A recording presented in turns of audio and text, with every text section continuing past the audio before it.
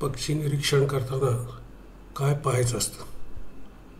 तर पक्षी निरीक्षण करताना पक्षी एकदा ओळखला की त्याच्या पिसांची स्थिती, त्याच्या सवयी आणि त्या सवयीची कारणं अशा दोन गोष्टी महत्त्वाच्या असतात.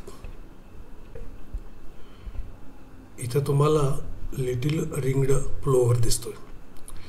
या पहिल्या व्हिडिओमध्ये तुम्ही हा पक्षी दलदलीत अन्न वेचताना दिसतोय. जर तुम्ही बारीक लक्ष दिलं तर त्याच्या पायाची हालचाल बघा. तो आपल्या पायाने चिखल विस्कटतोय किंवा थापटतोय. त्यामुळं त्याला चिखलात लपलेले अळ्या, क्रस्टेशियन असे अन्नपदार्थ मिळतात.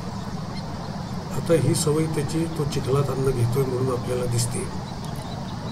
आता आपण दुसरा पक्षी बघूया. हा पण लिटिल रिंग्ड प्लोव्हर आहे. आता त्याची रंग आणि पिसं जर बघितली तर तो हिवाळी रंगात आहे, म्हणजे नॉन ब्रीडिंग सीझनमधला तोचा हा पिसा आहे.